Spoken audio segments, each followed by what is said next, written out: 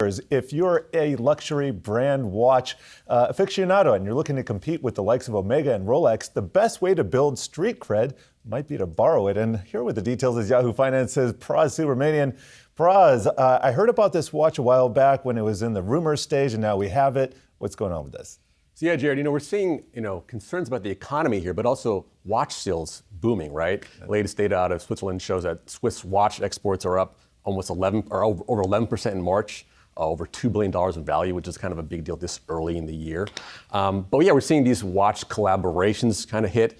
The Omega Moon Swatch was a big hype machine that got a lot of mainstream attention. And we're seeing watchmakers capitalizing on that with new collaborations and also collaborations with automakers, sort of a kind of a match made in heaven here. I caught up with Nick English, the co-founder of Bremont Watches, a UK-based company.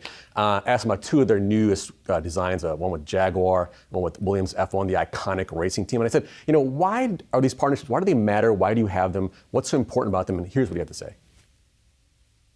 We're all engineers and we all love design, and I think it was a sort of fusion of two like minds, but I think having an iconic British race car brand like Jaguar and then I suppose an iconic now for us, it was certainly in our eyes, a British watch brand like Bremont, where we're trying to machine as much as we can in the UK. It was a sort of synergy made in heaven. Yeah, you see that synergy, that natural connection of mechanical watches, mechanical cars. It's this analog lifestyle that everyone's so hot on. A certain group of people would like that. But these collaborations are new and they're exciting. But also they're not necessarily, they've been on for a while, right? You've had Ferrari with Richard Mille. You've had Porsche with Porsche Design, where Porsche Design makes the watches in the same materials like carbon fiber, leather, rubber, etc. in their cars, in the watches. And also Gerard Perregaux, a very small historical Swiss watchmaker, working with Aston Martin now. So you're seeing a lot of these collaborations happen now, more so with smaller brands, because it helps them develop cachet, prestige, and they sell well too. They actually do very well, these collaborations. And when you're competing against the Rolexes and Omegas, the big boys in the watch world, you kind of have to have these ways to differentiate yourself.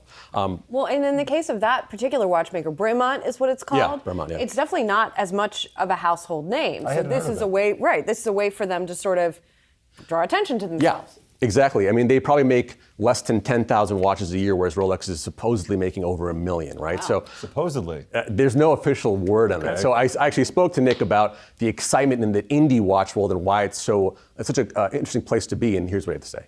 People are realizing that there are brands after Rolex, and I think that's a really exciting development in the industry, because it hasn't always been that case, and there are some amazing people doing some amazing things on a very unique level. You're in watches being made in the hundreds, not the millions, and I think that has some value in itself.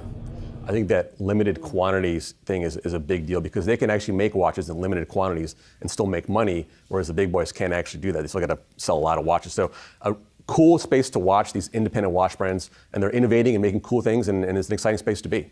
All right, now I have to ask you what watch you're wearing. I was going to ask the same question. I see you're wearing a nice watch. It's an old Submariner that I got many years ago, back before when you could actually walk into a store and buy these steel sports watches. Now they're kind of hard to get. I'm holding out for the Tesla watch. I'm not a watch aficionado. Interesting. But if it were mechanical, you'd think it's EV, it's going to be all electric. It should be mechanical. Some kind of partnership there. I was talking to somebody about that. Like, why wouldn't it be like Tesla and Casio making like a calculator watch, right? Ooh. I forget who had the idea, but that would be cool. Yes. I would maybe. Maybe. All right. I'd look Thanks at it. so much, Pras. Appreciate it.